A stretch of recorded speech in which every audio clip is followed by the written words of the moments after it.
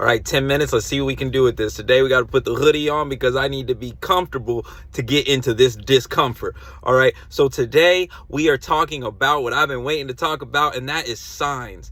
Okay. Before I get into some of this amazing scripture I got written out, I want to talk about how I got to where I'm at, a small little quick journey in missing all of the signs in front of me. Okay, I have been on this journey for God for so long, and I did not know it.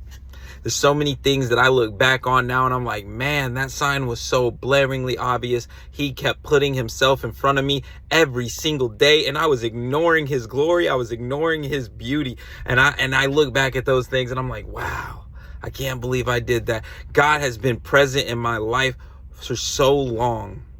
And it goes all the way back to one of the most memorable stories that always is talked about by my mom about, oh, you were in private school and you called the priest a loser in the middle of his sermon, and you got in trouble and you had to go to the office. And that story's been stuck around. Everybody's heard it. Ria's heard it. Anybody who talks to my mom's going to hear that story. And wow, you think, well, that's a bad story. Why are you calling the priest a loser? Listen, guys, I was a little kid, okay? Give me some leeway, but think about it. Always this religious little story just stayed there. It had something to do with religion.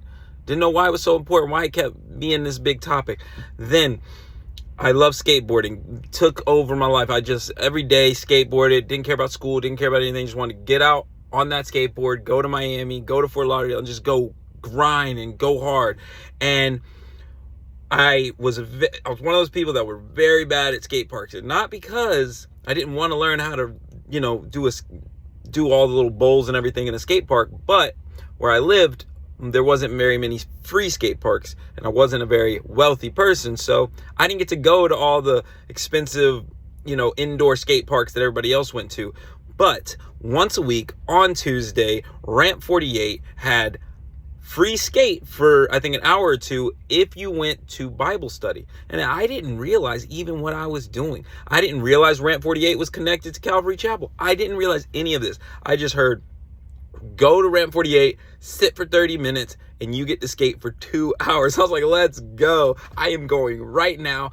Hopped on the bus, went down, I think it was Route 31, got off, went to Ramp 48, went inside and sat down and listened. And one of the things you got to do was earn prizes doing sword drills. So if anybody doesn't know what a sword drill is when they call out a verse in the Bible, and the first one to get to it, raise your hand or read it out. I don't remember exactly how that works. Gets wins. And so you might get a slice of pizza. You might get a free skate session. You might, whatever it may be. It might be something as simple as a pencil or something. It wasn't always the greatest reward, but it was rewards. And I was like, man, I can get free pizza.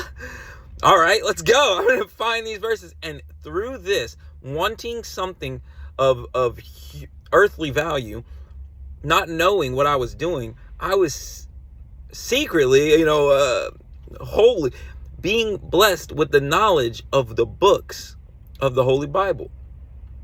And all of these, I learned where all of them were. I was able to get every prize I wanted. I had to actually slow myself down. Ephesians 4:13, hey, because I would win all the prizes if I didn't. So I had to let me slow down a little bit. And through this, I actually found the verse in Ezekiel, which is why I named Ezekiel. And it was when I was going through a lot of the situations with my father and then looking at how those negatively affected me and how I never wanted to be that type of person. And this is when I was a young kid. This is when I was 17, 18, 19, and just was like, man, I don't want to ever be like that. Not necessarily saying I want to have kids right now or anything, but I just don't want to be like that. And then I found a verse in Ezekiel, and I won't go and find it and get it perfectly, but it basically was saying that the sins of the father are not the sins of the son. And it goes in a lot more depth. And that, it just touched me. I was like, my mistakes are not going to be my child's mistakes. My dad's mistakes are not going to be my mistakes. I'm going to learn, and I'm going to do different, and I'm going to be better. And I was like, man, that's powerful. I kept that. I kept that for years. That was when I was 17, I think, that I heard that verse. And Ezekiel was came into this world when I was 26. That verse stayed with me for almost 10 years for me to name my kid. And that's so powerful. That is a sign from God. And he just kept staying persistent in my life. And he did not allow me to give up on him, no matter how little I wanted to give him leeway in my life. I wanted to be my own person. I wanted to have my own power. I did not want to believe what he was telling me. And this is the power of God. And these signs are something that we must stop ignoring. For these signs are trying to guide us to a beautiful, everlasting life in heaven with all of our loved ones, with God himself, with Jesus. This is what we need to do. So I'm going to start with some of the verses. I know this is probably going to be longer than 10 minutes because I am just madly excited about this. I cannot stress enough about how important it is to follow signs. So we're going to jump right in.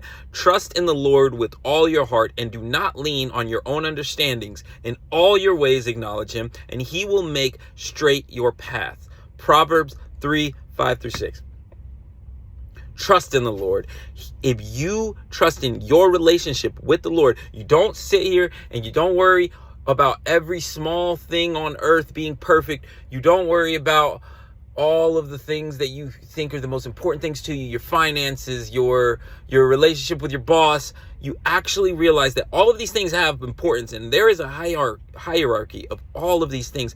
But the most important thing is to truly and faithfully follow God and his way, because he will put signs in front of you all the time. And if you are willing to accept those signs, and you do not always, allow a reasonable explanation to take away from his glory, then you will start to see where his magic is. And I know, don't use the word magic, where, God is not magical. He is God. There is no magic without him. He creates all. So, sorry. Let's go to the second verse. I got 7 of these, okay? For I know the plans I have for you, declares the Lord, plans for welfare and not for evil, to give you a future and a hope. He has a plan from the second you were even thought about.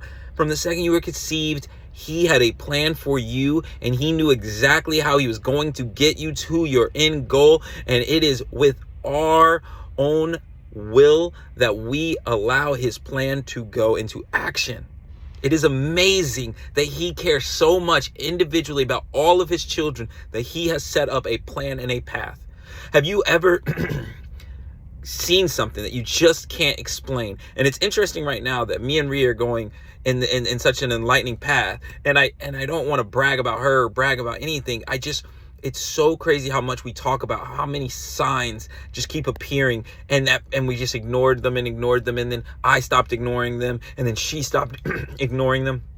And they just became so evident that there was no possible way to deny that he had a plan. And now sometimes there's going to be silly ones, right? Sometimes there's just going to be signs that you actually have to discern whether that was God or that was just random. Or maybe God just sometimes throws a little nugget to people that he wants, because what I say by this is a small little sign of it's a little funny, is that me and Rhea were talking about going on vacation for our honeymoon, and we were trying to decide where to go. And we picked a couple places based on cheap flights, let's be real. But two of the key places that we were ending up with was Phoenix, Arizona, or Las Vegas, Nevada. And as we're speaking and trying to decide, she's looking at flights, I'm driving. I literally look up trying to find my exit, and it says Las Vegas. And I'm like, that's a sign, right? Now, do we want to take that as the divine Holy Spirit of God saying, go to Las Vegas, go to Las Vegas? Who knows? Maybe it was just random. Maybe God said, let me hook you up. But maybe, and this is what we need to start doing. This is where it gets into the signs that I want to talk about. Maybe something as simple as us trying to figure out where we are going to go on our honeymoon might be a stepping stone to God's plan to help us or help somebody. Maybe there is something waiting for us in Las Vegas and we do not know. Maybe there is somebody there who needs our grace, our new, and I don't want to call it newfound glory, because it's been there, but just our awakening to transform them. Maybe there's someone there. So we cannot allow that sign is for nothing. And we have to use, I just keep using this word. I love this word. Pastor Cody used this word. The place that I went in Colorado to church used this word, discernment. We have to use discernment. Some signs are just funny. Some signs are just random, but some signs may not be noticeable, but you have to focus and realize and keep looking for the next one. Okay, so now we're going to go on to the third one I got here. And we know that for those who love God, all things work together for good, for those who are called according to his purpose. Romans 8:28. And we know that for those who love God, all things work together for good. There is nothing we can do as a community, as a church, as a family of God that could have a overarching negative effect if we are truly following God's will. Things may not always be to your liking. The result may not always make you feel happy right when it is done, but there is a reason that you are where you are at. There is a reason that the things happen the way they happen, and you have to have faith. A lot of times we lose faith and we look for signs to keep our faith and carry us on. And sometimes there is not a sign because that is part of our journey. Sometimes we have to find it ourselves, but also sometimes the signs are so small, or you explain the signs away, and you have to realize that God is there, God is working, and your family, your friends, you bring them into Christ. You keep the ones that are close to you as strong as you can in faith. And I promise you that those signs will be abundant, because the signs may be as simple as your friends and family just looking a little more bright that day. You ever just look at someone and be like, "Ooh, you look a little more bright today." Yes, that's what I'm talking about. Talking about brightness. Let's go to 4. Your word is a lamp to my feet and a light to my path. Psalms 119:105. I love Psalms. Just literally read Psalms. I actually was told this once. I think it was actually at Ramp 48 Bible Study. And they said, do me a favor. Do me a favor. If you don't know if you believe in God, if you don't know how to read the Bible, if you cannot sit here and handle all of these books, do me a favor and read Psalms. Just read Psalms. Your life will change. Your mind will adjust. You will become a more enlightened person. I love Psalms. So your word is a lamp to my feet and a light to my path. We don't even got to talk about it. You get it. Anyways, we're going on to 5 because it's just too fire. What could I add to something so good come from Psalms? I can't add to it. Anyways, and he who searches hearts knows what is in the mind of the Spirit, because the Spirit intercedes for the saints according to the will of God. Your spirit, if you are following God's will, is going to be a beacon of light. Your spirit is always going to have the right motives, because God has no wrong motives. We have to let our spirits be one with God. God's spirit is so amazing, and the spirit of let me think about that for a second. The heavenly spirit that can embody us when we allow God into our lives, truly allow him into our lives. We don't say, well, I'm allow you 95%. When we truly just let it go, look at that sign in the sky and say, I believe that sign that you just put right in front of my face, it isn't because Del Taco has 3 for $99 tacos. It's because I didn't know if I was supposed to do this thing that costs $3.99, which would have helped this person, because can I afford it? And then I see a sign. Like, sometimes you got to just let God's signs be the signs and stop explaining them away. Okay. Anyways, we're moving on. I'm trying to speed this up, and maybe I should slow it back down. Let me know. I'm just passionate about this, but I am at 15 minutes, so I'm trying not to keep you guys here, because what am I going to call it? 20 minutes of truth. You're going to be like, what are we doing? Anyways, the steps of a man are established by the Lord when he delights in his way. You ever feel like you're walking? This is what I take from this. This is Psalms 37:23. This time I'm going to add to it. But you ever feel like you're walking? But come on, man. Psalms, stop being so fire. Stop. Anyways, you ever feel like you're walking and you're not going anywhere? I feel like every step you take makes you feel like you're in quicksand and you're maybe just digging yourself deeper and deeper. And it's like, why? I am trying to get out of the mess that I am in. I am trying to save my relationship. I am trying to save my home. I am trying to save my job. I am trying everything I can in my life. I'm struggling every single day. Why am I not moving forward? Have you ever stopped to think that you are trying to do these things your way, for your will? And that's not God's will, and that's not God's way. And if you stop for a moment and you said, God, I am trying to go this way. And he says, yes, son. Yes, daughter. The problem is I need you to turn around. I need you to walk that way. Oh, God, I thought I was supposed to walk this way. No. Give up your worldly possessions. Maybe that's one of the things he's telling you to do. I need to walk that way. Okay, walk that way. Now you start getting out of it. Wow, God. Now you can turn right. Now you can head that way. You just needed to get out of where you were at. God has a path, and he needs you to walk on his path. And you must remember that it will not always be comfortable to walk on his path. It will not always be easy, but it is what is best for you to accomplish what you need on this earth, because this earth is a temporary holding place for you. And you must follow his way, and he will delight in it. This is my last verse. My sheep hear my voice, and I know them, and they follow me. John 10:27. Love you, Uncle John. I love hearing the name John. It's funny because we won't get into it because then we're talking negative, and I don't want to talk negative. I want to talk about the goods in life. So I love you, Uncle John. Anyways, my sheep hear my voice, and I know them, and they follow me. It's interesting, the thought of being a sheep, right? It comes with a lot of negative connotation. There's a lot of sheep right now in the world, right? A lot of sheep following the devil. There's a lot of sheep following just these influencers online, spreading lies and deceit. And there's a bunch of sheep willing to allow people with no good intent to destroy them, their families, their country, their lives. And they do nothing but be sheep.